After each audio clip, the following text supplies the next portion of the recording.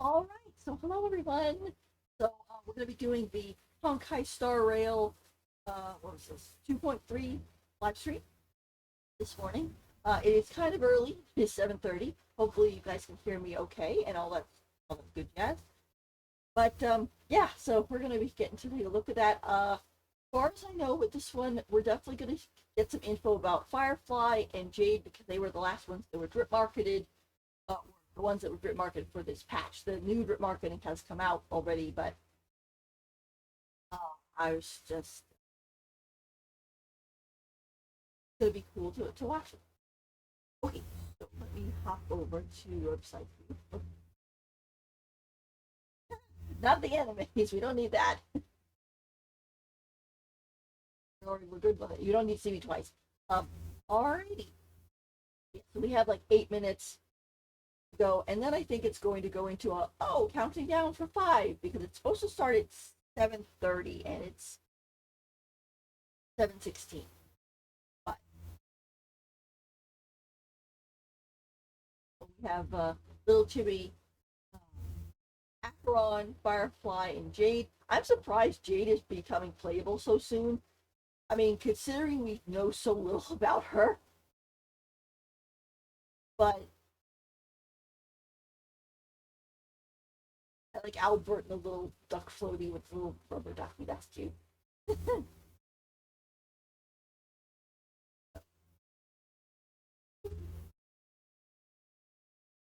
Excuse me if I yawn. It's a very early this morning. Normally they do these at like 8 or 8:30. This time it's a little bit earlier.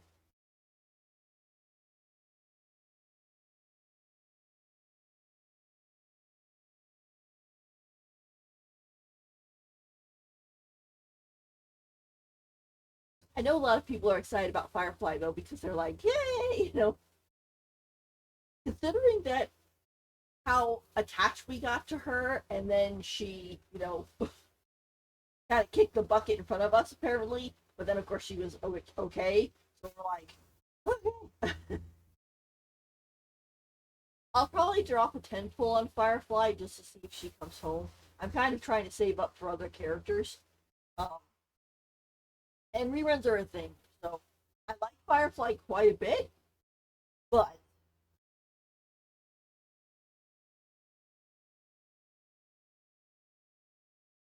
funds aren't exactly super plentiful.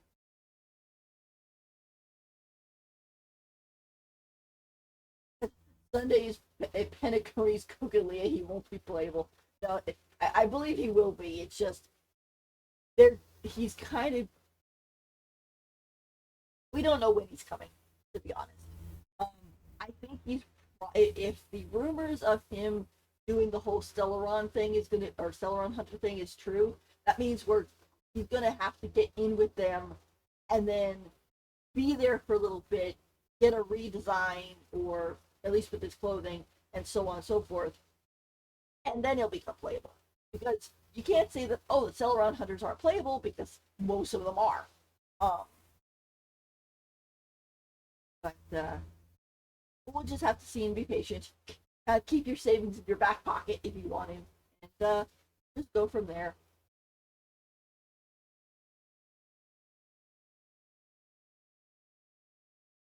I know one of the characters that came out. I don't know exactly how you say his name because it's a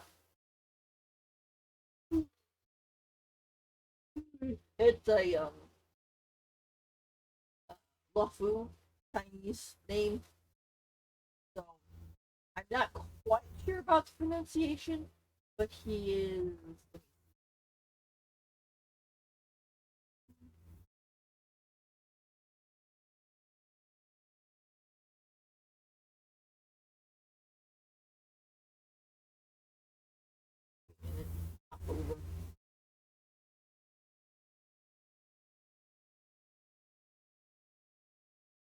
Yeah, this guy. I saw him yesterday. I was like, he's amazing, and it was kind of funny too because within like 24-ish hours of him coming out, he was trending. He had 130,000 posts and a lot of them were art. So I was like, that is really amazing. He's cool though. I like him. Apparently, he's gonna be a fire and Hillity. I think that's a Hillity.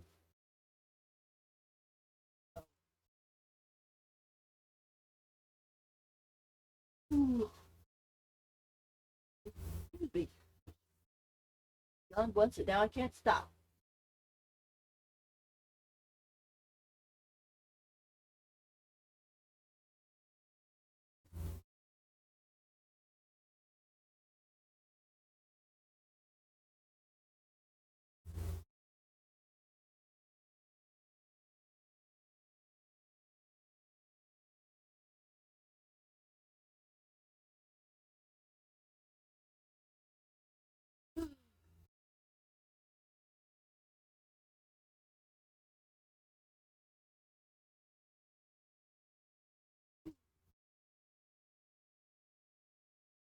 He's cool.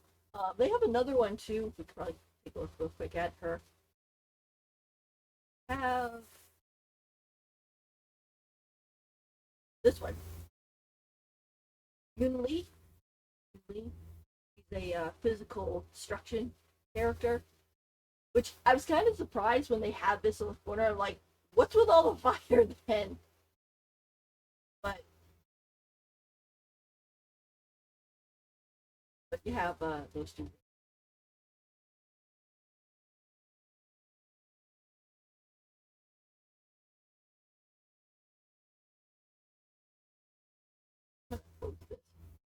One is getting in the way, and two,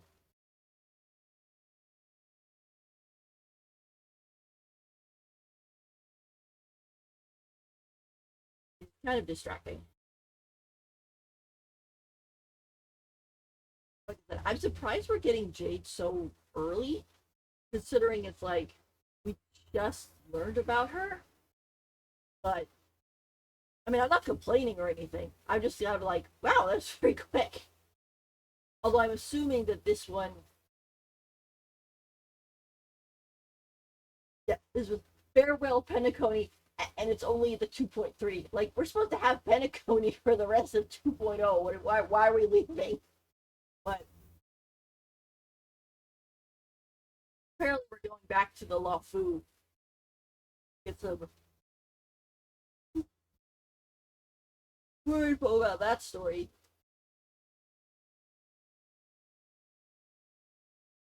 Which I hope that they ironed out some issues and not stop bouncing around so much because it gets very confusing. And I'll say you should not mess with the lore, people. Messing with the lore basically means that uh,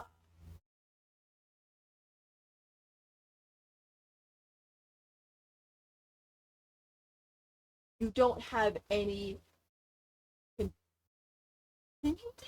continuality. Basically, you're not doing a good story. Not following the lore and stuff like that is basically one of those. Oh, I mentioned this, you know, glass in the first act of the play, and I went into big detail about it, and so everybody expects it to be important. But then I never bring it up again, and it never does anything. It's like that's just bad writing.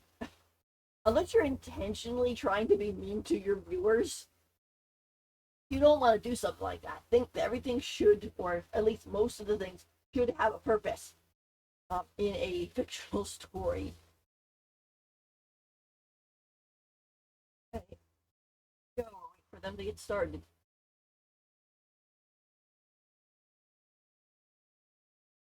I like his little hat. It's like he's like, I'm ready for summer.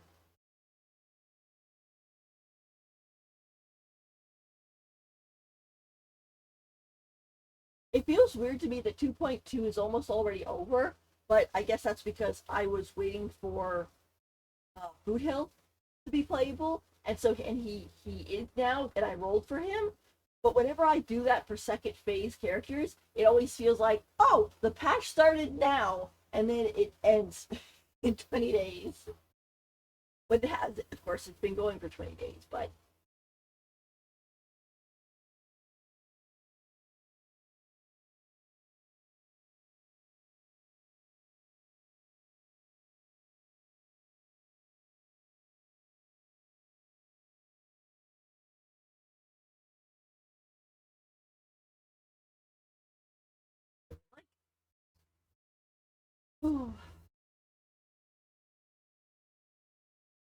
Here we go.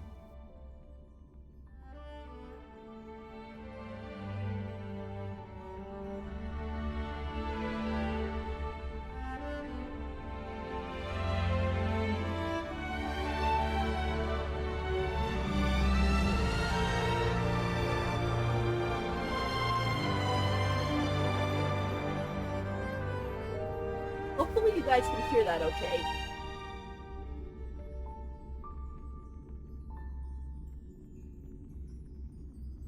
I wanted to be able to make sure I can be heard over the stream, but I also want you guys to be able to hear it. So, program starts in 3 minutes and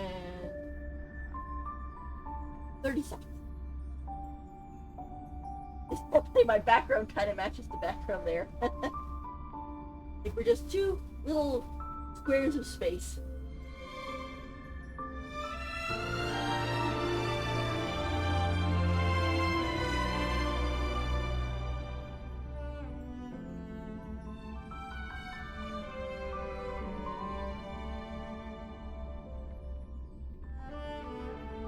You know, something I'm kind of interested in. Something I'm to be interested in is if we ever get to visit the Blue, because we have the space station, okay, at the beginner tutorial area, but the planet that the space station is floating around or whatever is a planet called the Blue. So I believe it is supposed to be Earth. So I kind of wonder, are we ever going to land on Earth? Because apparently we have to get like special permission from Herta or something, but I'm pretty sure we have that permission. So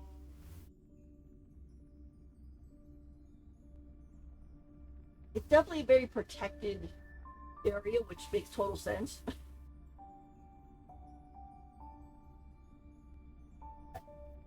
have to see.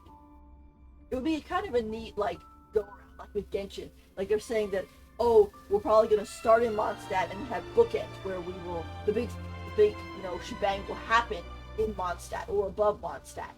So that's kind of an interesting thing. Oh, one other thing too I want to mention before the stream gets started.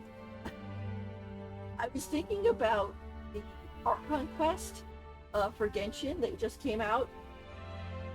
One of the things that happened in there was that we got the Luma Fate was made, and Lumine/Ether were like, oh, well, I guess nothing to do about it then, or nothing could be done, and yada yada. And it was like, well, we could have gone and destroyed that statue way back when, after Dainsleif disappeared.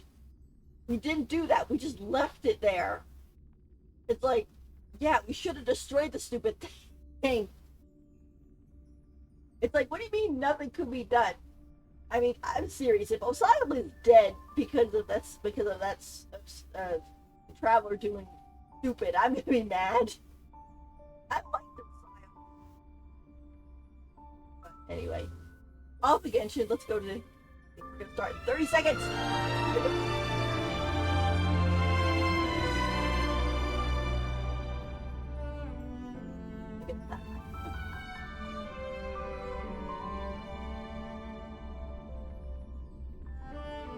Hi, viewer who just came in. I hope you can hear me okay.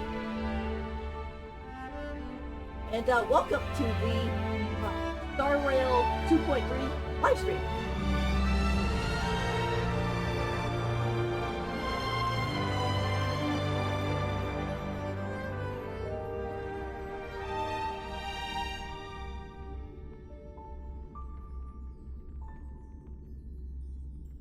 Okay, here we go. Good evening, City of Dreams.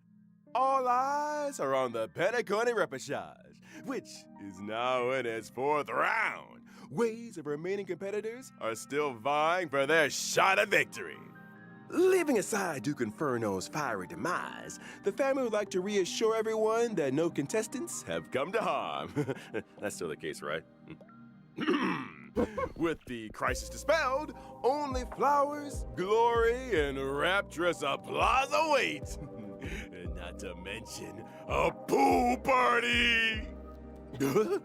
Miss Acheron, didn't we all agree to the swimsuit dress code? That's not a swimsuit. Is that what we agreed? Uh-oh. Ah, but you... Albert, can I borrow you? Uh-oh. Madam Jade, so what brings you here? The corporation is planning to increase the special program budget. Here, it's all in the agreement. Thank you, Miss Jade. And thank you, RPC.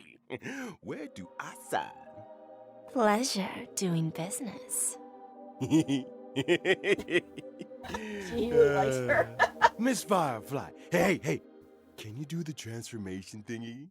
You know what I'm talking about. Now's the perfect time. Okay, it's just there's a lot of people around. No problem. If anything goes wrong, just blame your good buddy Albert. In that case, check out the newest upgrade.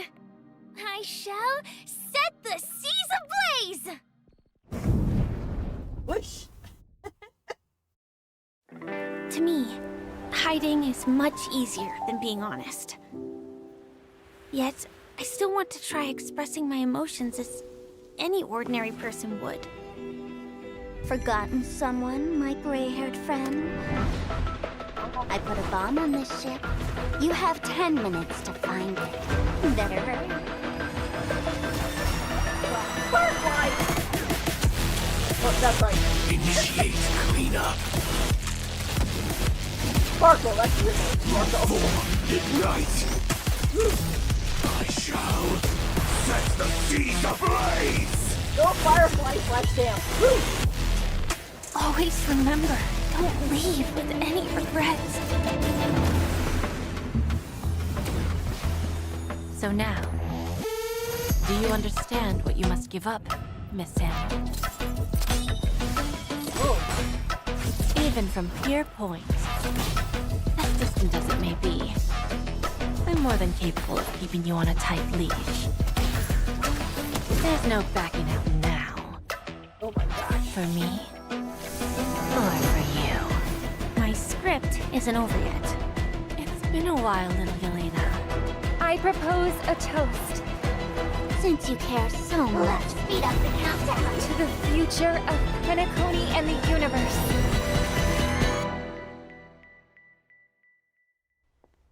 Can I interpret this as the next phase of the simulated universe?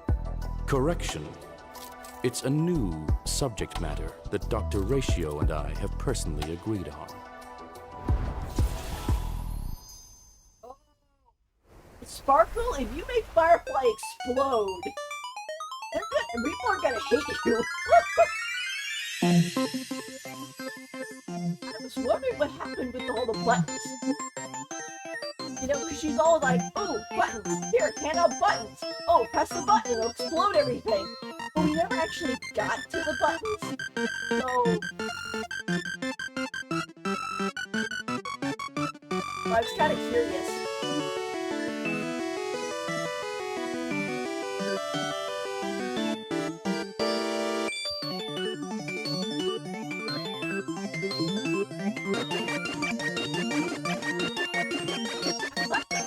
More Firefly centered though, because I was worried that there was just gonna be like, oh yeah, Firefly story's over. Here she's playable now. We'll just throw her at you and move on. It's like no, she gets to be a main character for this part. Woo! And whether or not your world has a day-night cycle. Good morning, good afternoon, and good evening. I'm Albert, your friendliest feathered announcer. Welcome to the version 2.3 Farewell Penacony special program. Huge. For today's program, we have with us a Galaxy Ranger as well as a Stellaron Hunter. Not to mention a director of the IPC Strategic Investment Department, Madam Jade. No. That's me. Thank you for the invite. It's a pleasure to be here for the version 2.3 special program. You can call me Acheron. So, what exactly is this newest upgrade you were all talking about? I just showed everyone. Hi, Trailblazers. Firefly here. Welcome! Welcome! Now, before we go any further, we agreed to a pool party! How come I'm the only one that showed up in a swimsuit? We thought you were joking. After all, this show never previously had pool party levels of funding. Don't worry, Albert. Madam Jade's investment is on the way. Next time for sure. Anyway, take a look around, you guys. We're coming to you live from the skies above Penacony in none other than the Radiant Feldspar airship. Quite a luxurious setting. What's the occasion? Oh, no occasion needed, Miss Acheron. I just wanted to give everyone a taste of Penacony's history. Over to you, Madam Jade. One amber era ago, Odie Alfalfa, the Penacony Alfalfa family head, invested a large sum in constructing the Radiant Feldspar airship. Aside from the opulent parlor, ballroom, and recreation facilities, one could simply relax at the poolside with a few glasses of Soul Glad. This grand airship has sailed above Penacony's Sea of Dreams for an entire amber era, suspending services only recently in the wake of the crisis. The Trailblazers have yet to claim responsibility for this matter. In case you weren't aware, the Radiant Feldspar never opens to the public. Only the family's most esteemed guests are invited to take in such breathtaking aerial views of Penacony. You mean to say that after 3 whole versions, the Trailblazers might finally be able to take a vacation? Let's not get ahead of ourselves. The Trailblazers' recent battle against the Order caused great disturbance in Penacony. Correct. The Charmony Festival was forced to terminate. One can well imagine the damage to public opinion. The family's reputation must be built anew, and the public must be reassured. There are many delicate issues which urgently need addressing. Aside from the Oak family, the major lineages are preparing their responses to help deal with the aftermath. In the version 2.3 Trailblaze mission, the Express crew will be invited aboard the Radiant Feldspar as witnesses to important family discussions. But if the factors that disrupted the dreamscape have been resolved, what other assistance is required? The Order stepped all over the Harmony surf. You can't deal with stuff like that out in the open. The family came up with an idea. Fix the Radiant Feldspar as the Charmony Festival's location while simultaneously announcing the reopening of the airship. A pity none of this razzle-dazzle can fool the IPC. During the Grand Theater final battle, Aventurine may have been digging up dirt on the family in Dreamflux Reef. I'll need to take care of a few things during my visit to Penacony. Huh? Is the IPC about to make a claim on Penacony? Never say never with the gosh dang IPC. Oh, King for of the Flats. Amber Lord, That's baby. what they are. They're king of flats. Reading between the lines, it seems like these discussions concern the future of Penacony. They do. But a quick refresher. Anyone remember a certain masked fool issuing mutually assured destruction buttons to the residents of Penacony? I remember. Sparkle sent out gifts in each one of the past 3 versions. Surely she... Would pushing the button really cause Penacony to explode? I have my doubts. Only one way to find out. Whoa! Everyone take a button. deep breath, okay? You guys have been spending too much time with a certain blonde-haired director. I'm not putting the bill if you blow up the Radiant Feldspar. Let's leave these mysteries for the Trailblazers to explore again. Huh? It's time we got back to the Charming Festival, baby. Who might the honored guest be, I hear you ask? Just when they're about to get interesting, Albert hands things over to the Trailblazers again. Family business is family business, and we've got a show to do, even if the next young lady needs no introduction.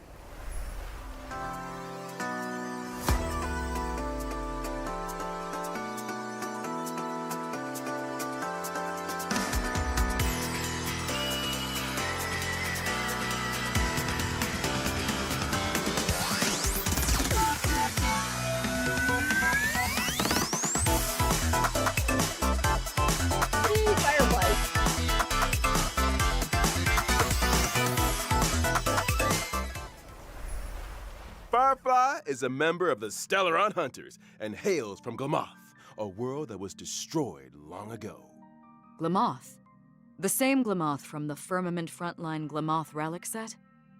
I remember the planar ornament description had a story about Glamoth's Iron Cavalry Regiment. Yes, Glamoth was once a rich and powerful empire with a vast territory. After the swarm invaded, everything was destroyed. Resisting the swarm called for the creation of Glamoth's Iron Cavalry. They were genetically modified soldiers, weapons that existed only to wage war. They piloted mechs to contain the swarm. I met many of those heroes, and bade farewell to many. What stood out to me is that Sam's full name is actually Firefly Type 4 Strategic Assault Mech, meaning that out there, between the distant celestial bodies, there could be other Sams. Ooh, imagine that. Good thinking, Madam Jade. Perhaps the answer to that question lies in Firefly's myriad Celestia and animated short. Count me in. Getting an animated I short? was wondering, Interesting. is it really you talking when Sam says something, Firefly? I actually spend a lot of time practicing my Sam lines. Damn Let me lines. guess. Silverwolf came up with the lines, Blade came up with the movements, and Kafka put them together. Huh? That sounds a little too professional for us. Yeah, well, speaking of professional, I think it's time we took a look at what this young lady can do in her combat mech. I'm a fire-type character, following the path of destruction. When using my technique during exploration, I summon my Sam armor. Sam can leap into the air. After landing, Sam attacks all enemies within a set range. Quite the heroic entry. After using technique to enter battle, for every wave of enemies, weaknesses can be inflicted on units without fire weakness, which lasts for a set number of turns. In battle, Sam has two forms. In the initial form, using skill consumes HP, while simultaneously regenerating ultimate energy. The lower the HP, the less damage sustained. Are all Stellaron hunters this careless with their lives? When using ultimate, Sam enters the second battle form, the dazzling complete combustion state. In addition to more powerful basic attacks and skills, speed is also increased. When using enhanced abilities, Sam's weakness break efficiency and weakness break damage sustained by enemies both increase. Sam restores HP with each attack. So, the complete combustion state allows us to get a glimpse of Firefly's view from the mech? That's a determined gaze if I ever saw one. Enough to set the seas ablaze, I'll wager. That's so awesome! I want to set the Very seas superhero ablaze. looking. Thanks!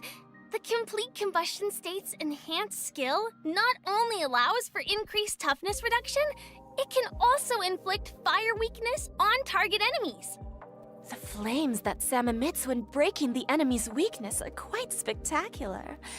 And is that a countdown icon on the action bar? That's right! When the countdown is up, Sam will exit the complete combustion state. It seems like the effects of Firefly's abilities all relate to weakness break. I suppose it would make most sense for Firefly to team up with allies who have weakness break efficiency buffs, or even super break. That's right. For example, She's the so Harmony Trailblazer. Oh. Oh, and they said. What a wonderful coincidence! In version 2.2, the Trailblazer inherited the Watchmaker's legacy and embarked on the brand new Path of Harmony. The spirit of trailblazing, traversing unprecedented distances to go where none have gone before. But that's what it's all about. Bringing the will of the Trailblaze to more and more people. And on that note, I've got some good news for y'all. After activating the Harmony Trailblazer following the version 2.3 update, Trailblazers can obtain a Shadow of Harmony through the When Harmony Rings Out event screen, thereby upgrading the Trailblazer's Eidolon level. And if I haven't had time to experience Penacony yet? Don't worry. After locking the Path of Preservation, Trailblazers yet to complete the version 2.2 Trailblaze mission can activate the Path of Harmony early through the When Harmony Rings Out event screen. Whoa! I hope the will of the Trailblaze reaches everyone on this journey. Well said. Now, without further ado, it's time we got to know a certain highly respected IPC director a little better. Enter Madam Jade. She is definitely fancy.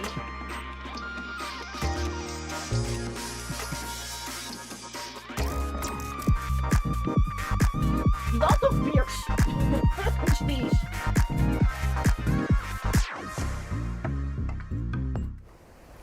Jade is a director of the IPC's Strategic Investment Department and a member of the 10 Stone Arts. She is as beautiful as she is elegant, and the upcoming Radiant Feldspar discussions are an opportunity for her to showcase her true skills. See the guy In down here? contrast with Topaz's negotiation abilities and Aventurine's daredevil spirit, I prefer to operate behind the scenes, using emergency measures to reap a full harvest when the opportunity arises. It feels like making a deal with Jade is a risky proposition. If you ever let your guard down even a little bit, you'll never escape her trap no matter how hard you struggle. I think the term you're looking for is femme fatale. I like the sound of that. Mm-hmm. And Jade also has a hobby by the name of Bana Jade Exchange. A pawn shop, essentially. Though it kind of sounds like a fine dining experience with you on the menu. One swish of the contract and the customer is 8 billion credits out of pocket. Watch your step, Trailblazers. Jade's goal always aligns with her own interests. She plays the long game, whetting her customers' appetite while extracting a suitable price. She first draws her customers into a vortex of desire, then bounces where they're most valuable, leaving nothing but an empty shell of despair. Why is everyone staring at me? Albert, didn't you just sign an agreement with Jade over the special program budget? Wait, what? Hold on a second. Oh. So, what exactly happens to people who sign agreements with Jade? Patience, patience. Why don't we let the combat do the talking? As a quantum-type character following the path of erudition, my basic attack deals blast damage to a single enemy and adjacent targets. A blast damage dealing basic attack? Exactly that. My skill, on the other hand, allows me to sign an agreement with a single ally, thereby granting them enhancement and speed boost buffs. When the signee attacks the enemy, they can deal additional damage, but at the expense of consuming their own HP. Enhancement in exchange for HP. Is that what people mean by bestowing poison in the guise of sweet dew? Now, of course, if I choose myself as the signee, the speed boost and HP consumption effects do not apply. When I or a signee launch an attack, it accumulates charges for me. When charges are full, a follow-up attack is launched. the IPCs sure enjoy a follow-up attack. It seems that the Strategic Investment Department has its own modus operandi. My ultimate, on the other hand, allows me to mete out punishment in accordance with the agreement. In addition to dealing damage to all enemies, my follow-up attack is enhanced. If there's a place that's closest to a dream, then are the punished destined for the place that's furthest from it? Like, an abyss? You don't think those places might be one and the same? When using my technique during exploration, enemies within a set range enter the blind fealty state and will refrain from attacking me. After attacking an enemy inflicted with blind fealty, other enemies in the state will enter the battle, with all enemies sustaining damage. Just a single sheet of paper. Signing away control of your life to others is all too easy. Poor Albert. Jade Poor killed our, Albert. there you He go. might be doing Jade and the IPC's bidding for a few decades more than anticipated. Wakey, wakey. I don't take kindly to procrastination during working hours. How are you feeling, Albert? You won't be retiring anytime soon. But then, neither will your program. Silver linings! Why do I still feel like I'm working for nothing? I wouldn't trouble yourself with that question. Why don't we talk about the version 2.3 banner instead? Ooh, great idea! In version 2.3's first half warp event, Trailblazers can acquire the limited 5-star character Firefly, as well as the limited 5-star character Ron May. In addition, the drop rates for the limited 5-star light cone, Whereabouts Your Dreams Rest, as well as the limited light cone Past Self and Mirror, will be boosted. Ah, Miss Firefly. She must yearn for the world beyond the cold confines of her surroundings. Faint lights flickering in the midst of a dark forest. Meanwhile, in Jetty. 2.3's second half warp event, Trailblazers can acquire the limited 5-star character Jade, and our resident Night of Beauty, Argenti, will also be joining the lineup. In addition, the drop rates for the limited 5-star light cone, Yet Hope is Priceless, as well as the light cone, An Instant Before Gaze, will be boosted. So, even the fiercest of executives has a gentle side. Who isn't moved by the laughter of children? My heart isn't actually made of stone, you know.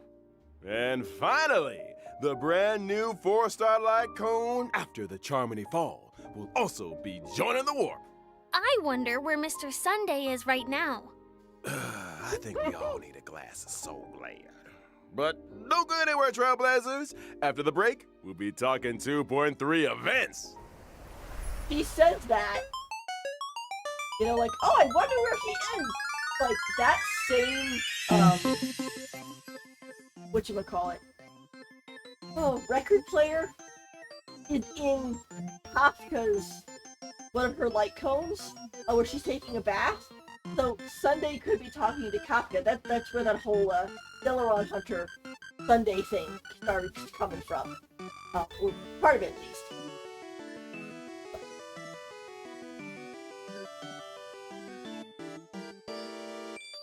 Oh, I'm gonna be bored now because I kind of want to get Argenti's light cone, but I also want to save up for Galkui, the fox guy, because he'll be coming in the patch right after this. And if you don't have enough savings, then you're doomed.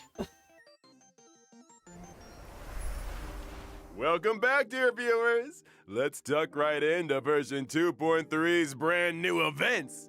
First up, a significant update to the simulated universe. So exciting! Did Mr. Screwlum and Dr. Ratio devise a new project?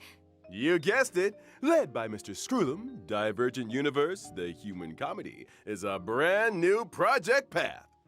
Up until now, the aim of the simulated universe has been to research the stories of the eons.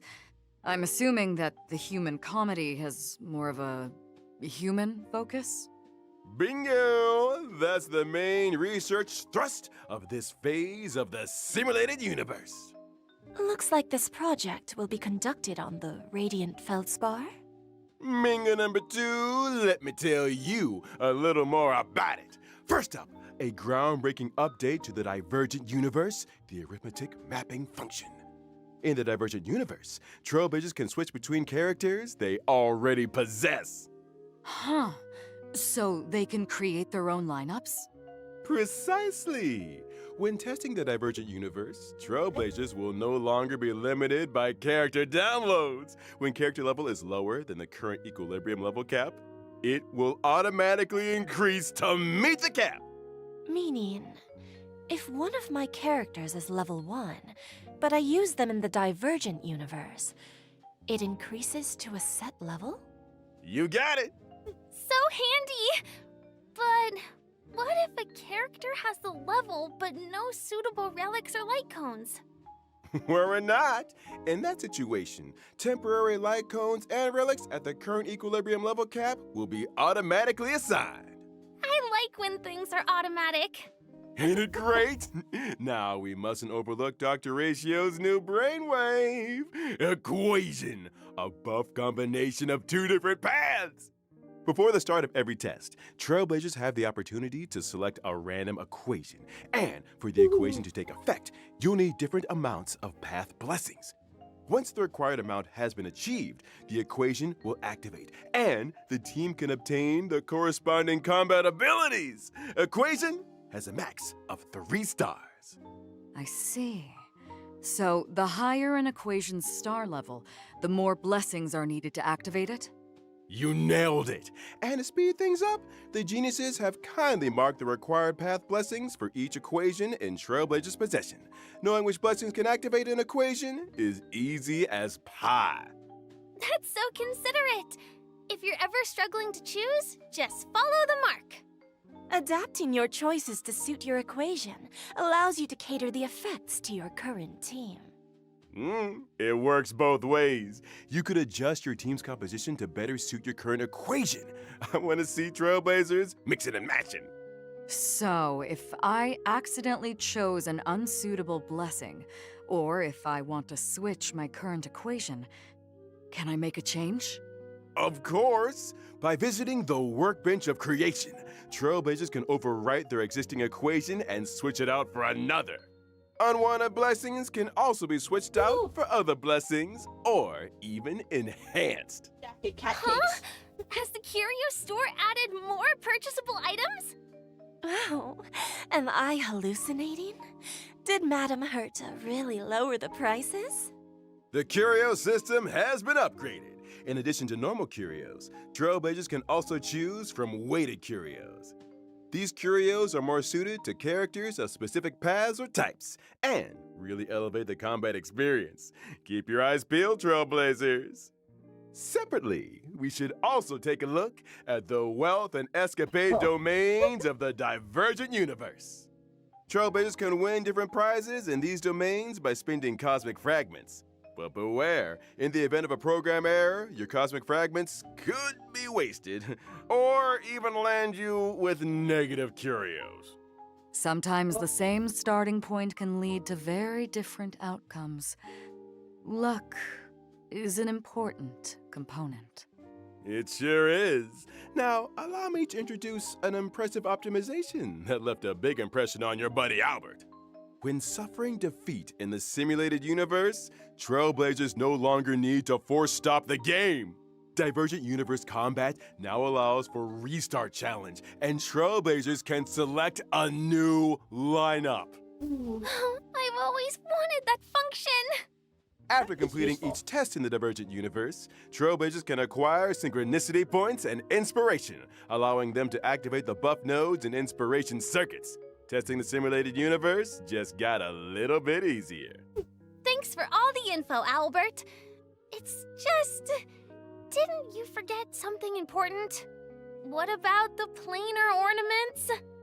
I thought you'd never ask. The planar ornament extraction function has arrived. Every time Trailblazers clear the Divergent Universe, they can choose to save a record of that challenge and archive the data of the equation, blessings, and curios in question. Choose the planar ornament you want, use the archive, inherit the data and buffs from the archive, challenge the boss enemy, and obtain immersion rewards. So it goes a little bit quicker. You mean you can skip ahead? You just need to defeat the boss to get quick access to the planar ornaments? Are we sure this isn't some cracked version of the simulated universe that Silverwolf put out there? Keep it down! Oh, The last person to totally doubt the is. Genius Society lost 76 accounts. A brand new simulated universe. Sounds worth a try. Amen to that. Now, in version 2.3, the Divergent Universe will be adding 2 new planar ornaments: Duran, Dynasty of Running Wolves, and Forge of the Kalpagni Lantern. Make sure to use the new planar ornament extraction function to get a hold of them. After experiencing ordinary extrapolation, the Divergent Universe will have a weekly cyclical extrapolation objective. By completing this weekly challenge, Trailblazers can obtain a first-time completion reward, as well as additional synchronicity points. Not to mention, in order to celebrate the arrival of the Divergent Universe, Madam Herta has added the 5-star erudition light cone Eternal Calculus to the store. Trailblazers who wish to redeem it better start reserving some Herta bonds. It sounds like the level of freedom in the Divergent Universe is really high. Faster access to planar ornaments, full choice of characters. Those are some big gameplay improvements.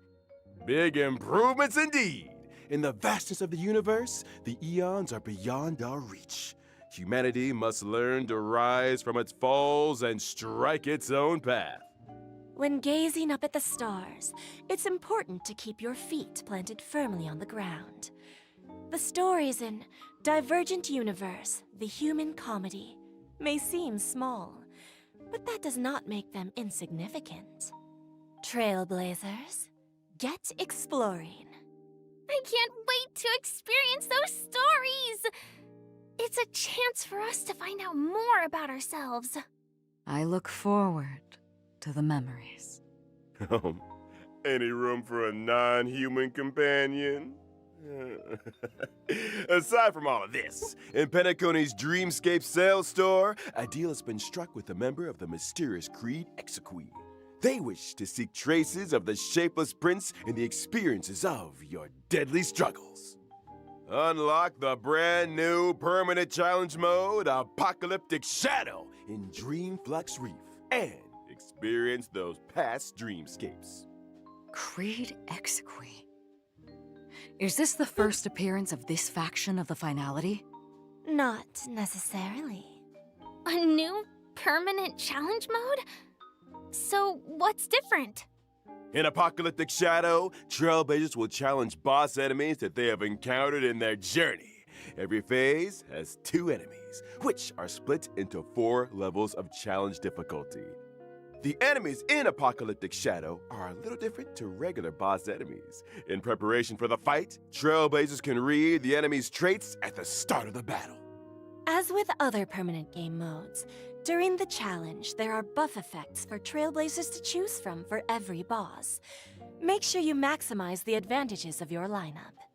Defeating enemies through team adjustments, or by exploring different battle strategies, makes for a richer combat experience. Poor Jitty. He keeps Trailblazers getting can beat up. record a maximum of 3 floors of 3-star quick clearances.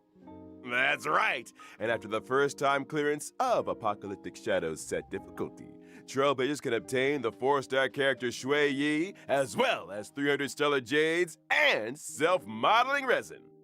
Nice! We're just getting warmed up. Let's take a look at the permanent game mode rotating schedule. The first phase of the Apocalyptic Shadow Challenge will launch on the day of the version 2.3 update and last for 6 weeks. Every version will rotationally update according to the following sequence: Apocalyptic Shadow, Pure Fiction, Forgotten Hall, just as before. On every other Monday, the permanent challenge stage is replaced. Related system functions have also been optimized. When entering the 3 permanent game mode screens from the Interastral Peace Handbook, aside from being able to see the challenge lineups of their friends, Trailblazers can also easily check the star level progress of their current challenge. On the permanent game mode preparation screen, Trailblazers can use preset lineups to create their team, and even customize with drag and drop. How thoughtful. Now let's talk rewards, shall we? By clearing a phase of Apocalyptic Shadow, Trailblazers can earn a maximum of 720 Stellar Jades. 720? You might want to take another look at our agreement, Albert. Huh?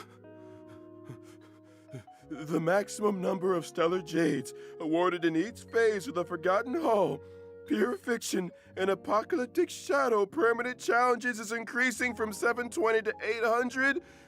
And the budgetary increase will be funded through Albert's salary? Oh, Poor Albert. It's like I said, making a deal with Jade is a risky proposition. Well then, following this change, Trailblazers can now obtain a total of 2,400 Stellar Jades through the permanent challenges in each version. Then why do I hear quiet weeping? oh. I don't think Owlbert's seeing the bright side. Keep it together, Albert. Now, in the upcoming version, the Origami Birds also venture into the Radiant Feldspar. Bring with them a little game. Little black Here's lady. hoping Trailblazers can help to test it out. Wait, that's the An Trailblazer. arcade game? Let me give Silverwolf a call. These origami birds are very endearing. But why do I have a sense of déjà vu? This arcade game, Trailblazers need to cause elimination within a specified number of steps in order to increase the bird's combat power. Before the end of every turn, corresponding damage is calculated according to the difference in combat values. When your Candy opponent's Crush? HP returns to 0, like my bank account, victory is sealed. This gameplay. Could it really be? The legendary. I never thought the day would come when I could play match 3 on a Penaconian airship. In the Origami Bird class event, Cute. Trailblazers can also do battle freely with friends from across the universe. Can I fight Silverwolf? Of course! Be they old buddies or gaming acquaintances, all can connect and play. Get tested. Great! The next event is called Stellar Shimmer. Does that name ring any bells for anyone? Stellar Flare. Is this the sequel? You're a sharp one, Miss Acheron. Stellar Shimmer brings with it lots of brand new challenge mechanisms and trial character lineups. Catering your team to suit the mechanisms is the key to victory. These mechanisms. Care to divulge a little more? Well, for example, in certain stages, breaking an enemy's weakness can grant you an extra action. In other stages, characters enjoy unlimited revivals and can regenerate 50% of their energy. Does that mean Trailblazers can try doing away with survivability units and focus purely on damage output lineups? Mm-hmm. Defeat as many waves of enemies as possible in a set number of cycles to complete the challenge and obtain rewards. Whew! That's it for events. Time we took another breather. Don't go anywhere. More fascinating updates on version 2.3 are right around the corner.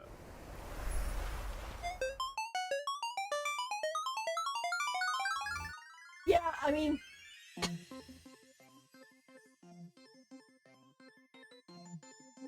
we can talk about this a little bit later because I'm probably gonna go back through all of it and kind of give my comments. I don't like talking while the people are talking for the first time because I don't want to cut them off. But yeah, the only I think, well, I can't say it's a problem because I'm sure a lot of people like the fighting modes. I'm not a super big fan of the fighting modes. So having like majority of stuff being fighting modes is kind of like, all right, here we go, here's another one. You know, like I don't see the super appeal of it. But that's just me. I'm sure a lot of other people are like really hyped. So I'm giving you guys thumbs up. Welcome back, viewers! First up, it's the return of a nail-biting and thrilling tradition. Gift of Odyssey. Yep. Check in for 10 free warps. The usual. There's also version 2.3's double events, our good friends Planar Fisher and Realm of the Strange. Double planar ornaments and materials? What's not to love? Also in this version are the newly added Cavern Relics, Iron Cavalry against the Scourge, and the Wind-Soaring Valorous. Trailblazers can head for the Cavern of Corrosion, Path of Cavalier challenge to obtain them. Mm-hmm. And let's not forget the new Path of Erudition trace materials that'll be added to the brand new calyxes, rough sketch, dynamic outlining, and exquisite colored draft. For trailblazers who wish to level up traces for me, these materials are indispensable. So many updates! Man, I can't wait for this version to drop. And we're at the end of the version 2.3 special program. And it's about time we bade farewell to this white knight. Thanks again for everyone's support and viewership. I eagerly await the version 2.3 story. Here's hoping the Penacony discussions make for smooth sailing. Please, Trailblazers, do support the work of the IPC. I'm looking forward to the brand new Divergent universe, not to mention all those brilliant events. Don't forget to try them out. In that case, see you in the next stream, Trailblazers. I'll be waiting for you at the usual spot. Bye! Bye. Firefly's just so cute. She gets head pats. Uh-oh, he's still upset. What the heck is written in this thing anyway? Never read it. That's it. That's it. I've had it. What am I? A god joke to them? Oh! Read out virgin names. They're too afraid to read out for themselves. And not to mention the bullying. All these years working my tail for this out for the RPC, and even the audience thinks I'm an intern.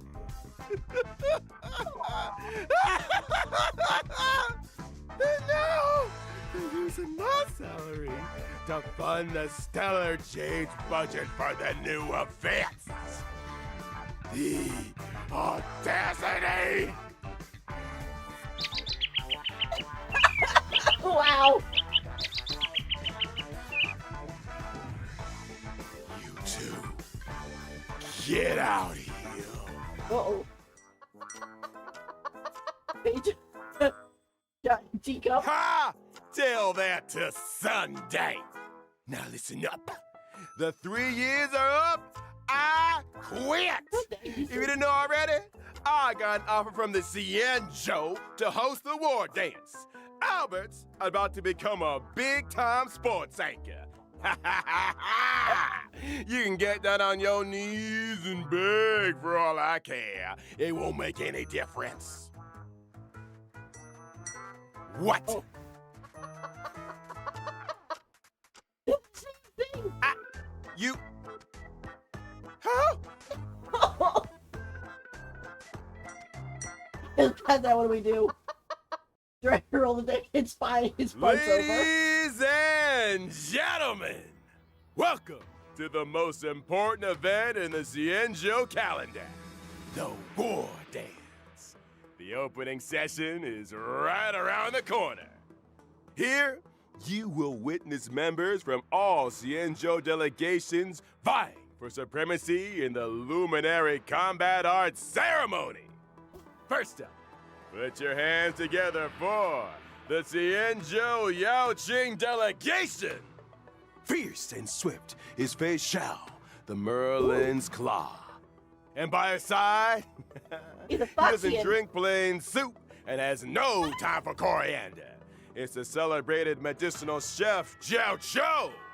What the heck did I just read? Yao Cho. Up next, he's cold and silent as a haunting shadow. The crow-feathered weirdo, Mota! And following close behind him is the Xianzhou Juming delegation.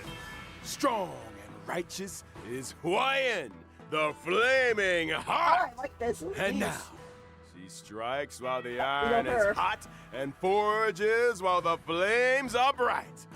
It's one of the Flame Will Octet, Yunli! These are some wordy intros. And finally, the official host delegation has arrived. Let's hear it for the Xianzhou Lao Fu. Please welcome, having suddenly returned home for the victory lap, is the new Alchemy Commission Cauldron Master, Ling Sha, as well as an exceptionally gifted and legendary new sword master, who shall remain anonymous for the time being. No wonder they needed me for this gig.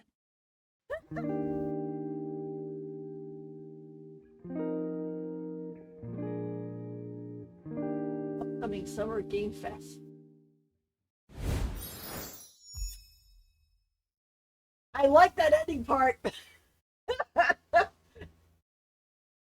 really awesome. It was like, oh, where is he?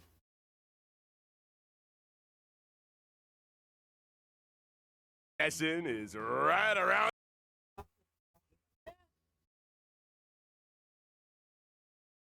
So we now know.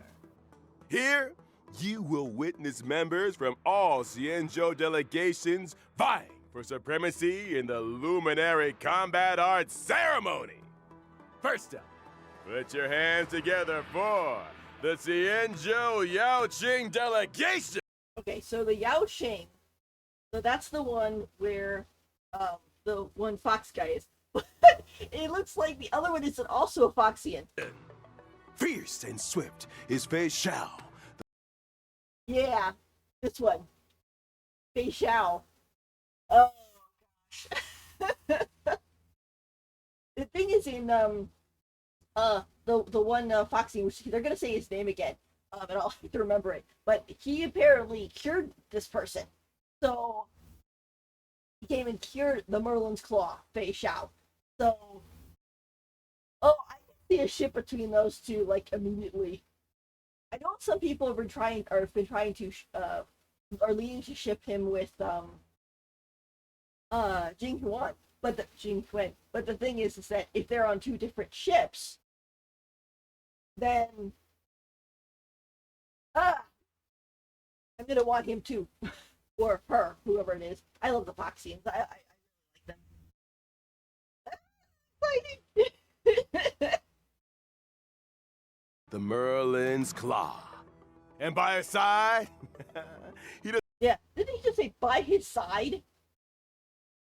So yeah, that's gonna be a ship probably. doesn't drink plain soup and has no time for coriander. It's the celebrated medicinal chef Jiao Cho. Yao Cho. I would never think to say his name that way. Yao. Okay. Cho. If my English is saying that's not how it's supposed to be spelled, but that's because I'm following English pronunciation. So Yao Cho. I have to remember how to say that. Yeah. What the heck did I just read?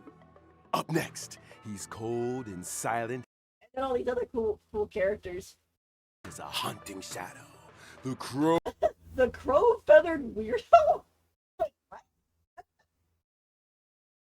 Like that is quite a name. Feathered weirdo, Mota! And following close behind him is the Xianzhou Juming delegation.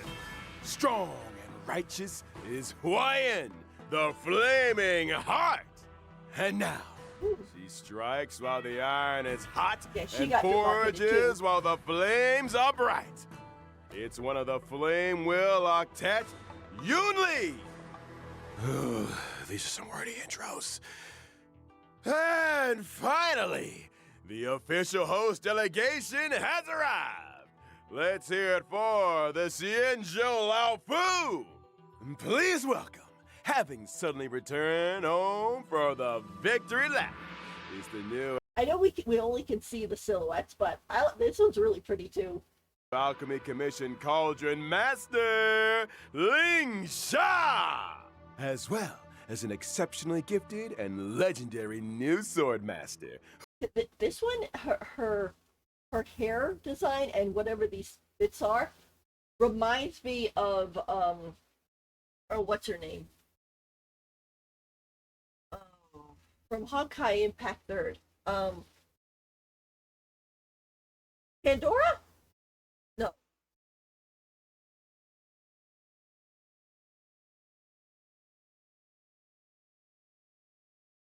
haven't played the game in a while, so I forgot what her name was. Hang on. I want to look this up.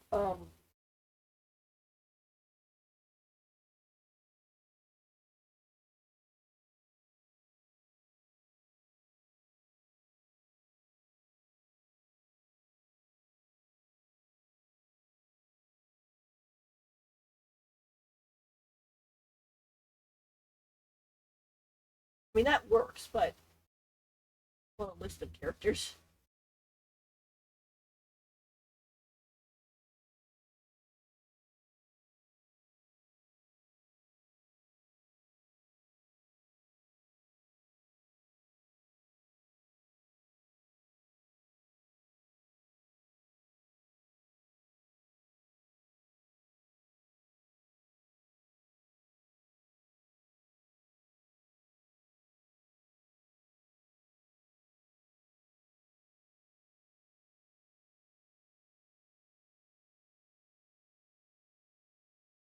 Not good either.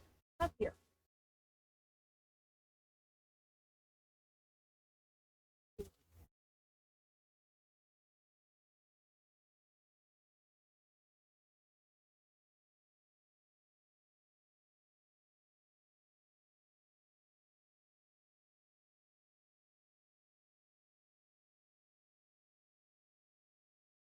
No, whatever. I'll figure out what her name was. I think it was something like Pandora, but this part kind of reminds me a little bit of her. Um, she looks kind of like a young Bronya, but with a slightly different hairstyle ish. So, but I like this part. It looks cool.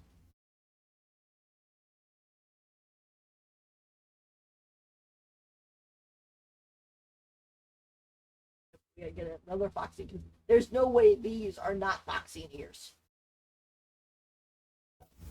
I'm excited. It's funny. I'm more excited for the upcoming one. I guess that would be what 2.4 than I am for 2.3. Although 2.3 looks cool too. Just to go over it, I guess a little bit. Let me see. First off, Blushing Albert is so cute. He's a cute little guy.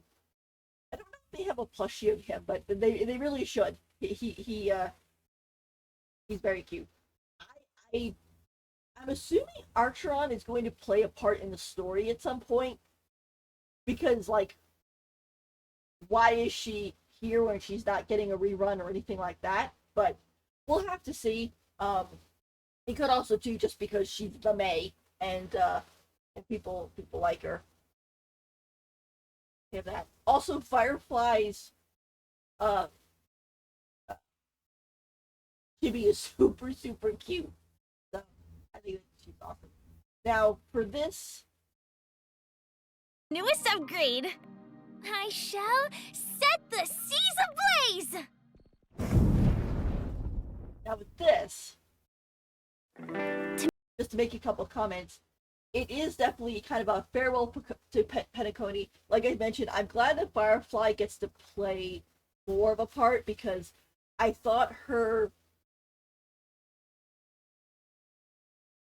it was like she had a big part to play, then she quote unquote died, then we found her again, but she kind of just tagged along. We didn't really get to see very much of her doing stuff. So I was kind of worried originally of like, okay, well, if her story is over, then are they just kind of throwing us a Firefly banner and being like, okay, yeah, we're moving on? But no, it definitely seems like she's going to be playing a central part in this, which is good. To me, hiding is much easier than being honest. Yet, I still want to try expressing my emotions as any ordinary person would. Also, she's super cute. I thought it was kind of neat when she was talking about what her kit does, and she's like, "It works well with Harmony Trailblazer." I'm like, "Yep, of course it does." it's the ship. So super cute. I thought that was super cute. Forgotten someone, Mike? Sparkle, I find annoying. I'm sorry to all the Sparkle fans, but I mean, because if you like her, that's wonderful and great, and I give you guys thumbs up. She just annoys me. I don't know what. Maybe it's because she's always causing trouble, and I'm like, I'm stressed enough by everything happening. I don't need you around to continue to make more of a mess. I mean, like, Sampo is a fool too, and he doesn't give me this problem. You know, in fact, I find it ironic how you are kind of the Trailblazer is kind of forced to be mad or angry or annoyed with Sampo, and yet with Sparkle, it's just like, oh yeah, she's just a girl, which I do kind of wonder now, like, what the heck does her buttons actually do? Because they have, as Firefly mentioned, she's been handing them out for like 3 patches, and Penacony kind of ended, and I was like, well, whatever happened to that? You know, they say that, what is that called? They have, if you put a gun in smoking gun in Act 1, it's got to play a part, like I was mentioning before. So this is the smoking gun. However, as she mentioned, everybody's got to press the buttons at the same time. So hopefully it's just going to be like confetti or something. Although if it is, that's going to be kind of not random, but how do I put it? It'll be a relief, but it'll also be like, that's it. So, I mean, she did say she kind of wants to dissolve Penacony, which I suppose in this sense of, since Sunday is already probably heading out to join the Stellaron Hunters, and he doesn't necessarily, quote, quote, care what happens to Penacony anymore, because the family threw him under the bus, and he kind of realized that this wasn't the best way to, you know, do his dream of protecting people. If the button dissolves Penacony, then that means that the IPC basically won't get it because it won't exist anymore. And in that case, since I kind of hate the IPC more than I hate Sparkle, I'd probably thank Sparkle if that's what the whole goal is. Especially since it's kind of if the only thing holding the IPC back originally was Sunday, and now he's gone, or he's not in Penacony, or he's not, you know, in the charge anymore, I'd rather see Penacony flipped than see the IPC get it, because, you know, like, the IPC, to be honest, the IPC gives me the feeling of like the Fatui. But if the Fatui had already won and taken over most of Tibet, you know, like, the IPC talks all about preservation, but every time you turn around, they're causing us problems and harassing people. Like, they say that, oh, it's for the good of everybody, but it's not. It's just them lining their own pockets. Now, not anything against the IPC characters themselves. I think Topaz is a good person. I think Aventurine is a guy who's basically was using the IPC as a means to an end, and so on. I don't know about Jade, but I mean, there's a guy in the IPC that Boot Hill wants to kill because the guy led to the death of pretty much his entire race, or yeah, I guess it'd be race or species, and so on, and destroyed his planet. So, but anyway, we'll have to see how it all turns out. But this definitely does does look exciting. Gray-haired friend. I put a bomb on this ship. You have 10 minutes to find it. Better hurry.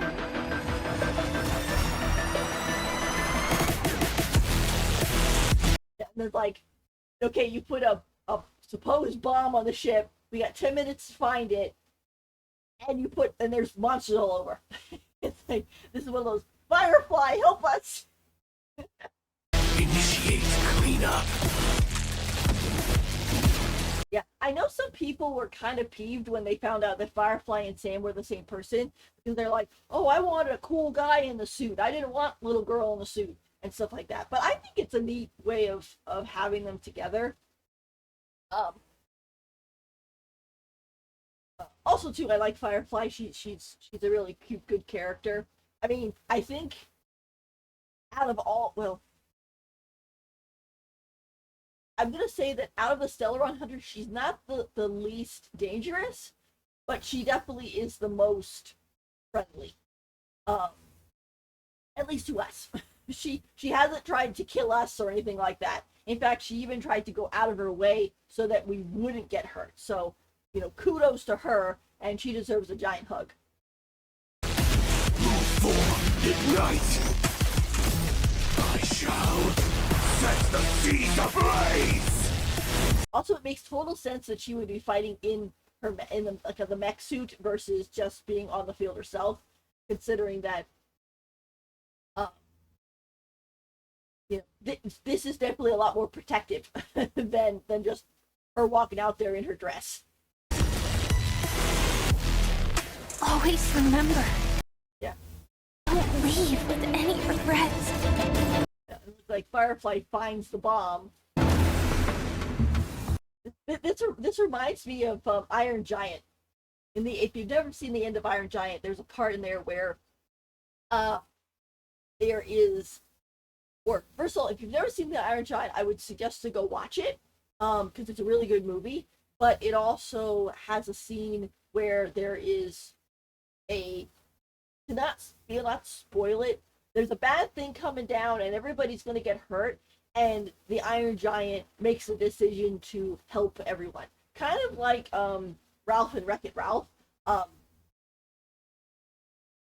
But it's the same idea. It's kind of like, okay, I have something dangerous, and I gotta make sure to take it away so it doesn't hurt anybody. So now, do you understand what you must give up, Miss Sam? What did she say? I wish the closed captions worked out here. So now, do you understand what you must give up, Miss Sam? I think she's saying miss something, but I can't hear what name she said. Even from here point, as distant as it may be, I'm more than capable of keeping you on a tight leash. There's no backing out now. She's very fierce. Like I said, I am still surprised that she's playable so quickly. Just because the only thing we'd seen of her up to this point is her voice and like one 2D picture in Adventurine's background when he made a deal with the IPC after killing his slave master. So she's a cool character, though. She kind of gives me sort of like French Black Swan vibes. They have me kind of the same kind of type of voice.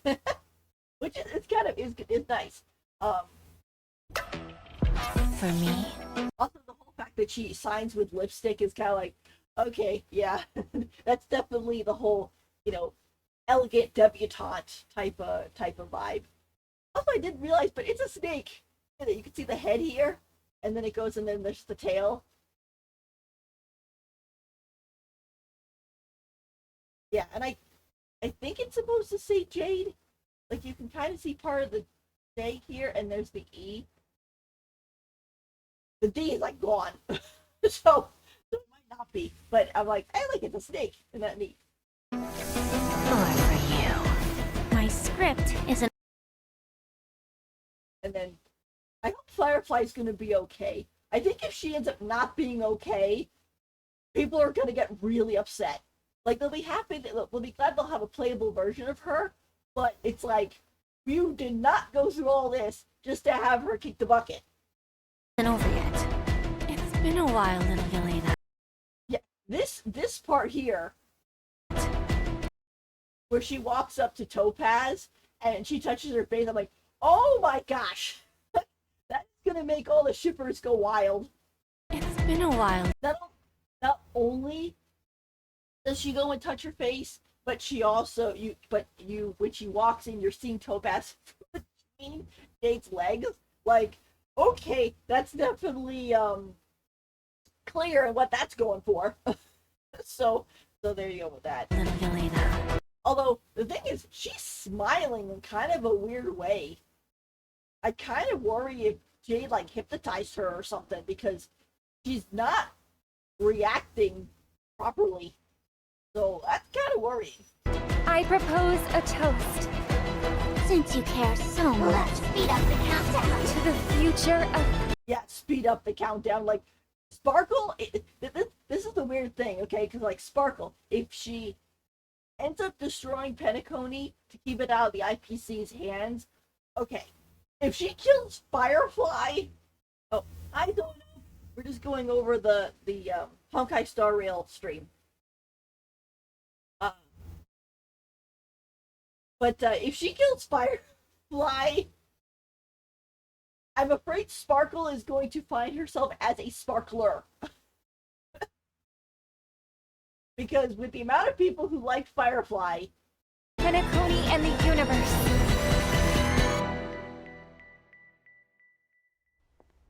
Can I interpret this as the next phase of the simulated universe? oh, also I feel bad for the Scrollum fans, because early rumor had it that Scrollum was going to become playable in the next patch, and now he's not. And in fact, somebody even mentioned that he was supposed to have a kit, but then it was given to Dr. Ratio instead of him. And so now everybody who's been waiting for Scrollum to be playable since, like, I don't know, when did he first show up? It was really early. It was like 1.1 or 1.2 or something. Because he showed up at the whatchamacallit,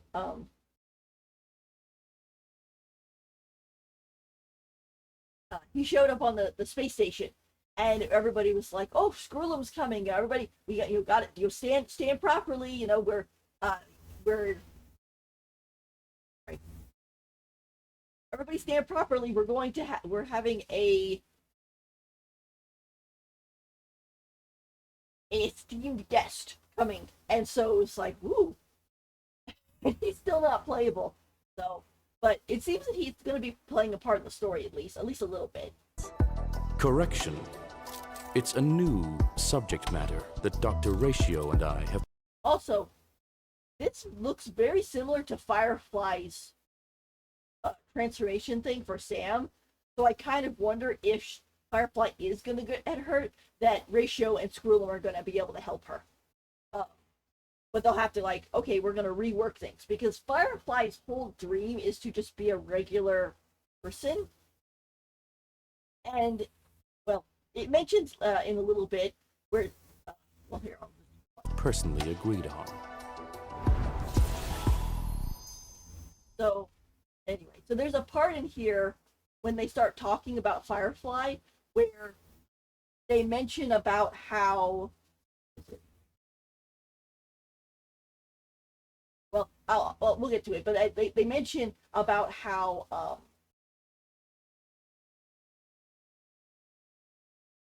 just give me 1 second.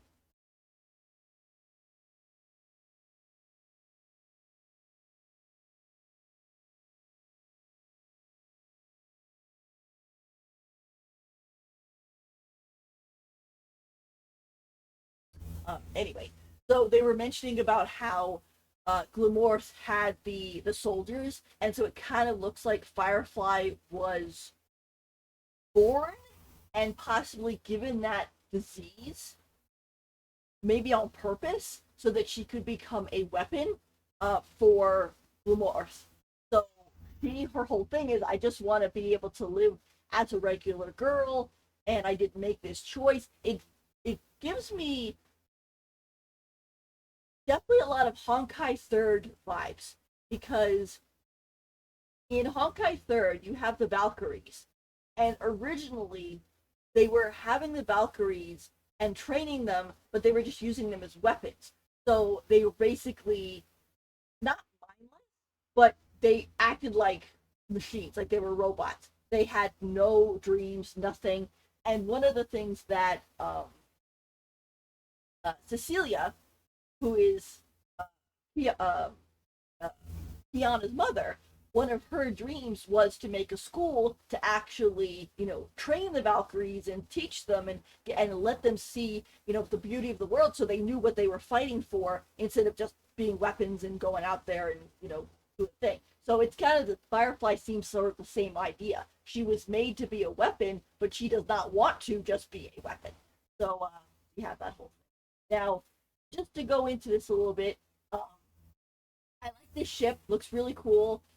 He mentioned about how, only the really, the family members, because it's not open to the public, only the family members and special guests could come here. So I was like, so Sunday was on this ship. So we have that whole thing, which that'll be really cool. Let's see, they talk about Firefly. Firefly seems cool. I like her kit. Like I said, I'm trying to save up for characters, so I'm probably not going to go for her, even though I really like her. I'll have to wait for her rerun or whatever. I might drop a tempo on her to see if she comes home, but I think I only have like 20 or 30 pity, so I'm not I'm not expecting it, but that's cool.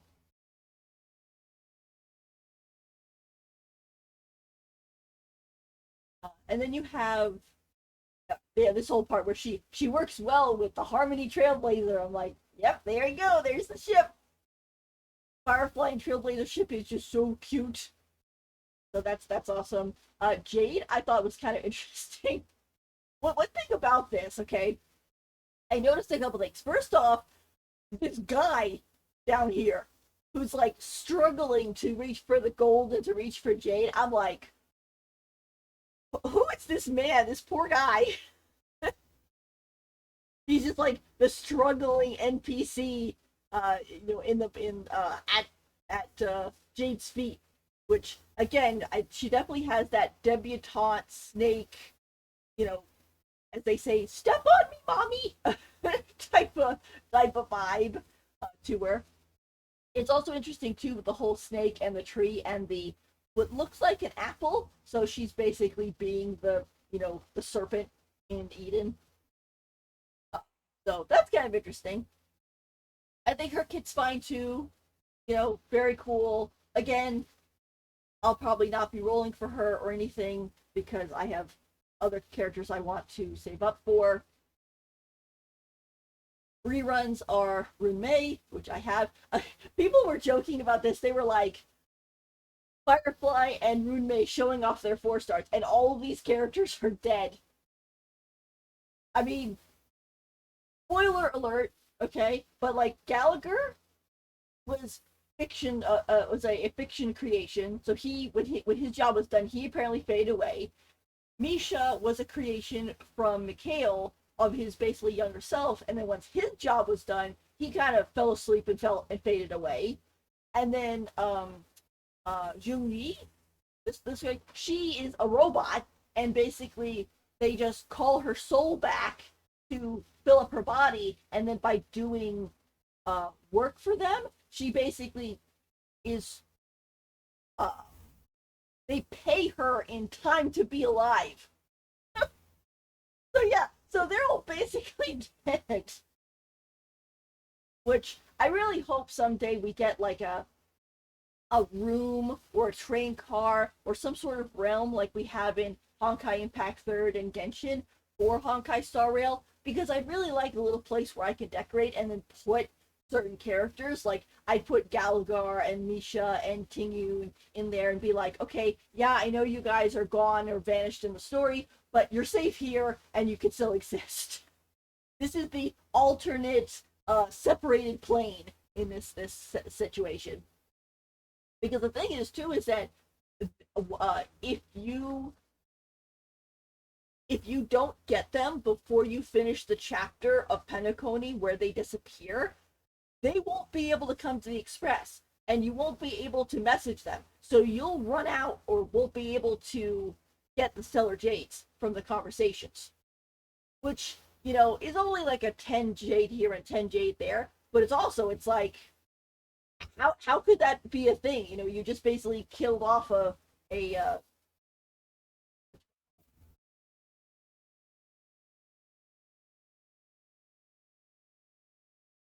killed off a part of a gaming mechanic. So that reminds me of, real quick, there's a game.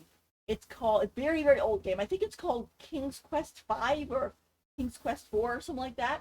And in it, it's a game where you basically have to, you know, go and pick up stuff and solve puzzles and things like that. And one of the things you do is in the beginning of the game, you're wandering around a village and you could find a pie, okay? And you could take the pie. Well, you are supposed to use that pie to throw it in the face of a Yeti who is trying to kill you so you don't die, okay? The problem is that you can eat that pie and it never comes back. You can't go get another one. So if you take the pie and go, oh, eat the pie, you basically just, what do they call it, bricked your game. Because you'll get to the Yeti and will immediately die. So it's like, don't want to do that to your games. That happened to me a couple times when I was, one time I was playing that game. I was like, oh yay, a pie, and then I was like, how do I defeat the Yeti? And it's like, oh, you need to use the pie. You mean the one I ate like 3 chapters back? So I had to completely restart my game in order to not eat the pie, so I could use it on a Yeti. So that was a whole interesting bit. Anyway. But then they have the light cones too, which are nice. They're also having of course, it's nice that they're showing the actual 4-star characters here instead of waiting until the second phase comes up, so people will will not stop talking about it, but they'll not be like, oh, who's on there? Who's on there? It's like, here you go. That's who's on there. But we get Argenti, and be able to have Argenti's light cone. So they also, this is interesting too, the new light cone for Sunday is on the light cone banner for Argenti and Jade. So I thought that was very interesting. I might do like a 10 pull on Argenti's banner and a 10 pull on its light cone to see if I can get them. But I don't know, I'll have to think about it. It depends on what my savings are. I really do want its light cone, and it would be nice to have, like, you know, a constellation of him because he is kind of my main. But oh, there's just so many cool characters coming, and I'm like, my funds are so limited. So, but yeah, this card, okay, this is interesting because as I sort of mentioned during the stream, this record player here, okay, is very similar to the record player that is in Kafka's light cone when she's taking a bath.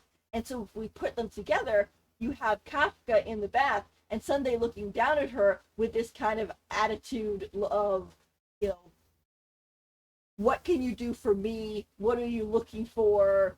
You know, how can you help me when I'm in this trouble, right? Like, she's like, oh, I want you to join the Stellaron Hunters, you know, and he's like, why? What is that going to do for me? And then she was like, I'm here on Elio's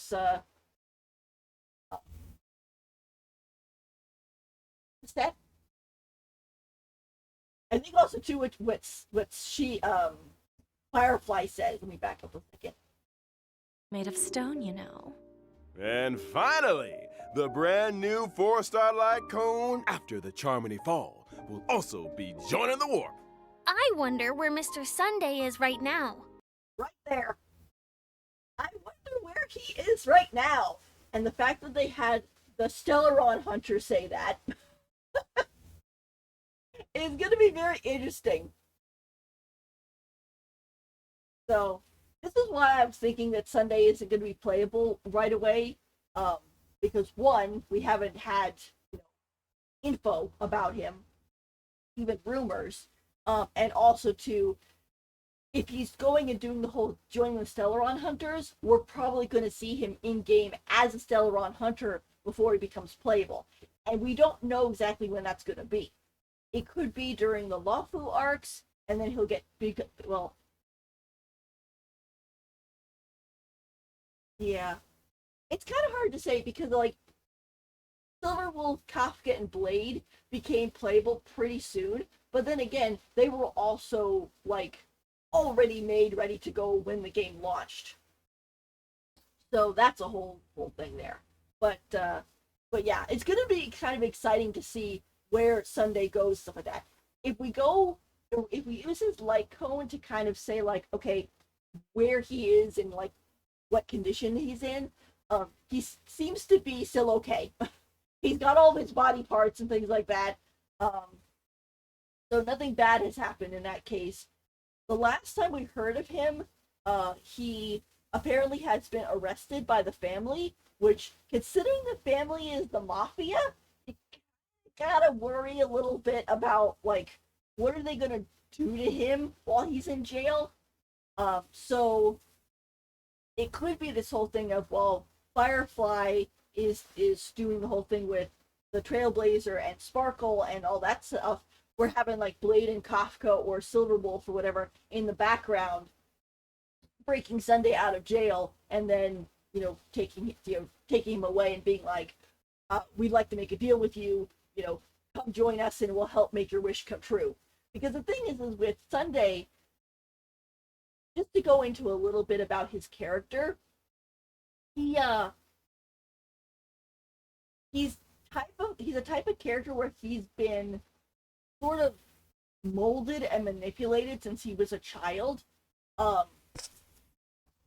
Because, like, what happened was you had him and his mother and his sister, and his mother apparently got killed, and he and Robin got adopted by Gopherwood. Robin has always had a dream of being a singer, and she's very passionate and strong about that dream. Sunday, on the other hand, basically didn't really have a dream of his own, so he hooked himself to Robin's dream. Gopherwood saw this and basically was like, hey, I can manipulate and mold young Sunday into what I want and what I need. And since Sunday also has this big fear, right, of losing people and people getting hurt and him just wanting to protect everyone, Gopherwood basically manipulated that whole thing. Now, that's not to say that Sunday should be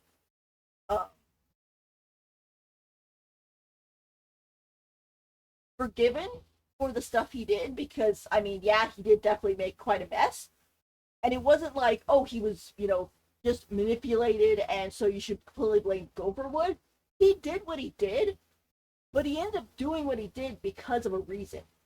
I think with Sunday, he's definitely the idea of a hero who lived long enough to see himself become a villain. Okay? Because when you think about it from his point of view, he is being a hero, right? He's protecting the people of Penacony. He's trying to make it so that no one's going to get hurt or killed, and that is a positive thing. But on the other hand, he also sacrificed his own freedom and his own desires and wishes and dreams to do this. So now that he does, so basically, when he issued a challenge to the Trailblazer and basically the whole "come and stop me if you can," it wasn't because, or I guess you could say part of it was he wanted to be proven that he was doing the right thing, but the other part was, please save me, please stop me. Because if you notice during his boss fight, his embryo form, it starts to cry gold tears, and it cries more and more as the battle goes on. So that is, it's very, very sad.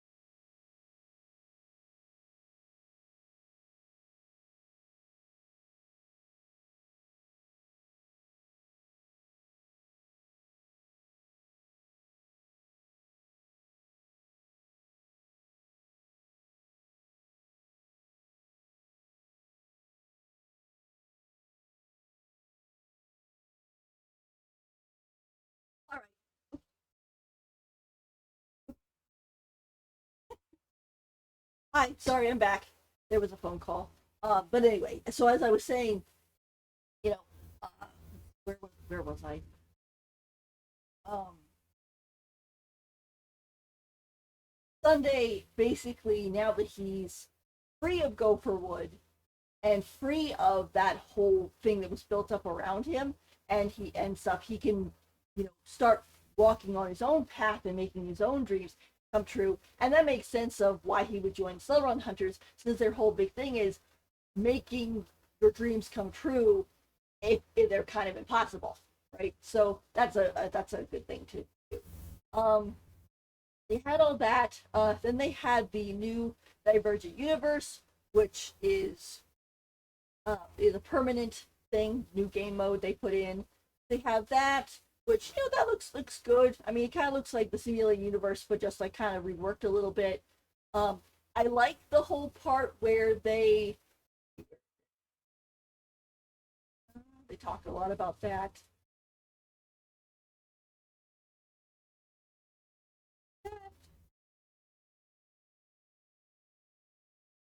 Yeah, I like the whole part of like, oh, you go and you do it once and you can kind of save it and then just redo it by just fighting the boss. That's gonna save a lot of time. I don't know if it'll count for like, oh, do the um these simulated universe, for the daily commission or the weekly, thing for the battle pass. I don't know if it'll count for that, but this will save up a lot of time. I think it's going to be one of those things though that you're going to have to do it once yourself so it can record it, and then you just go from there, which will save a lot of time and a lot of effort, which I like that part. Yeah, then they're going into some other things. They have some new planetary ornaments, and they're putting out a Harmony light cone, 5-star light cone, which I wish I'd known about this before, because I just went and spent 2 of these Herta tickets on getting an upgrade for one of them, but I'll get it when I get it. So we have that. I got worried about this though. I was like, why are you putting Argenti right next to Cocolia, who's a dead character that wasn't even playable? I was like, this better not be like foreshadowing or something. You get him away from that lady. I think, of course, it's just because he's one of the bosses for the whole thing. But I'm just like, enemies that they have encountered in their journey. There it goes. Right? I'm like, poor Argent. He just keeps getting beat up. Leave the poor guy alone. But anyway. But yeah, so we're going to have these 3 game modes, which I kind of sort of mentioned in the beginning that, I'm not a big fan on fighting all the time in games. I like extra little things of like, oh, here, let's be creative and do another, oh, here, you could do, mini games, and you can do decorate your teapot realm and things like that. That's more my speed. I'm sure a lot of people are going to enjoy this though, because a lot of people play the game to do the fights and stuff like that, and kind of show off how good their kits are and things, or their builds, I should say, not their kits, their builds. So that should be really fun and everything for them. I'm not, of course, too thrilled, but hey, it is what it is, and we get rewards for it if you can manage to get up to those star points. I haven't. I have a lot of good characters, but I haven't really been able to get up to the higher rankings, which I'm not going to really stress about, because if you do, then you're gonna be stressed forever, basically. But you have those. I think this is kind of cool. I sort of wonder if we're gonna have other whatchamacallit, origami bird designs instead of just the Trailblazer and Silverwolf. Although I find it funny how in the cat cake event we got a Blade cat cake and we got a Kafka cat cake, but we didn't get a Silverwolf cat cake. So it was like Where's mine? Like, here, you get a origami bird. Also, um, this little part with her, the way her eyes are cut, she looks so mad. Very cute, but very mad. So, interestingly enough, I think this is like Candy Crush, but I actually have never played Candy Crush, so I'm gonna have to read on how to play this. I think it's like, oh, connect stuff together and you know, get points, but I'll have to look into it. But it looks fun. I like this one. Corresponding damage is calculated according to the difference in combat values. When your opponent's HP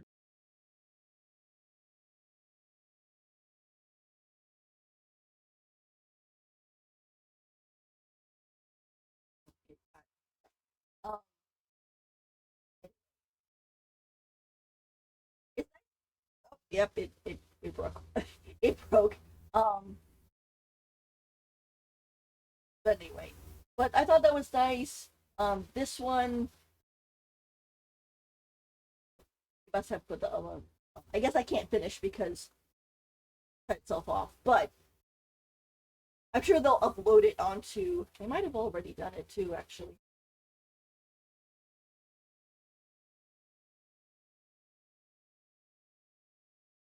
That's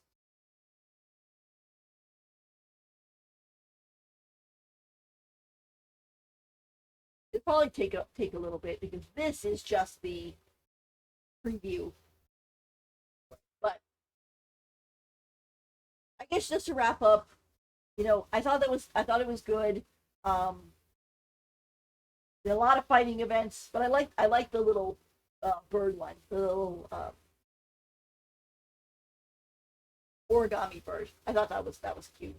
And then of course I am super excited about the Wafu stuff because we're getting more Foxians and a lot of other cool characters, and that'll be really cool. Also, we're finally getting to see some of the characters from the other Wafu ships or the Sensho ships because because the Sensho, I'm saying it wrong. The Wafu is only one of the ships. You have a bunch of other flagships out there too. It's just that the one that we end up being on is the one that had the, you know, ambrosial arbor on it. But that should be all really exciting. I thought this part here, I don't know if it's gonna pop. There you go. I thought it was just funny. It's like this chicken in this teacup.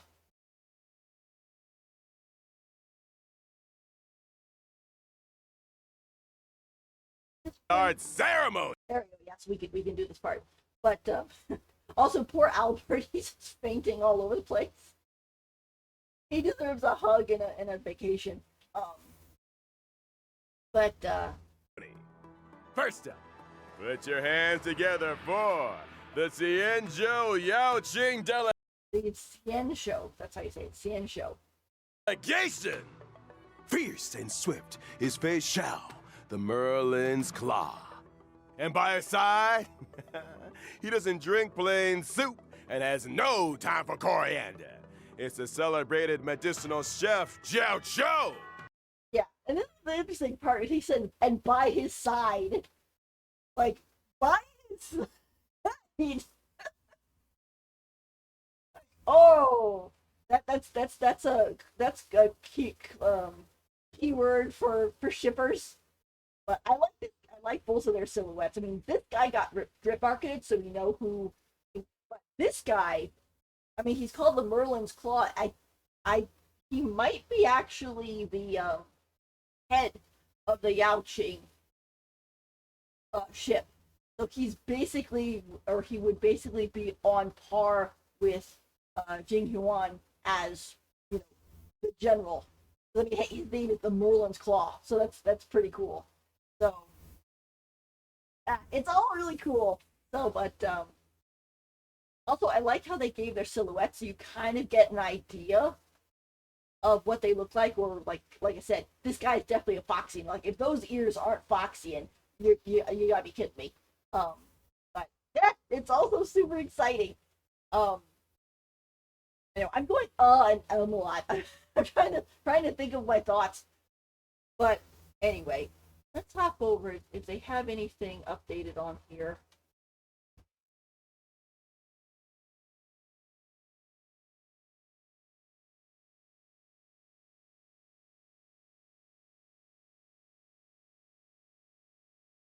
Yeah, so they're kind of looking at some of the war down stuff. Really cool, really cool. And then just the character introductions and so on and so forth. So there we go. So there we go. Pretty fun, and so on. All right. Well, thank you guys so much for coming. I apologize for me having to be right back and everything, but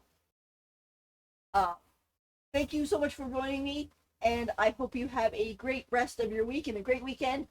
I will be going to a comic convention tomorrow. Well, that's gonna be really cool, and so I'll tell you guys what happened and stuff when I get back for Hot Cocoa Corner on Monday. I might stream a little bit on Sunday because I was gonna stream yesterday, to do some more Genshin, but I had a horrible thunderstorm, and I was like, I do not want to get electrocuted while I'm streaming, so I had to postpone it. And then the storm kind of continued on, so I really never had a chance. So I had to go to bed. But we'll get into maybe do some streaming on Sunday. It depends on how I feel and how tired I am and what. Because I'm leaving tonight to go to the convention, or to get to the area where the convention is, and then I will be doing the convention on Saturday, and then coming home on Sunday. So we'll have to see. Depends on how tired I am and things like that. But I will let you guys know all the what do they call it, the deets, the cool stuff that happened, and so on. All right. Well, thank you guys so much for coming. And if you are watching this on YouTube, please don't forget to like and subscribe. If you are only following on, or if you're watching on Twitch or either live or afterwards, please follow. Please follow and stuff. You can find some of my information on the main page here. It has my Twitter, which is actually right here.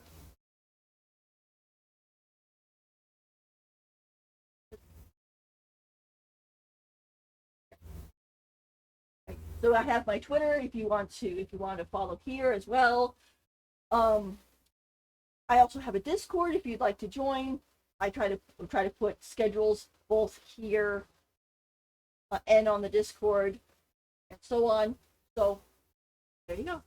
All right. Well, I think that is about it, and I am going to go get a drink and probably have some breakfast because I am hungry. All right. I'll see you all later, though. Then see you later. Bye. Thank you so much for coming.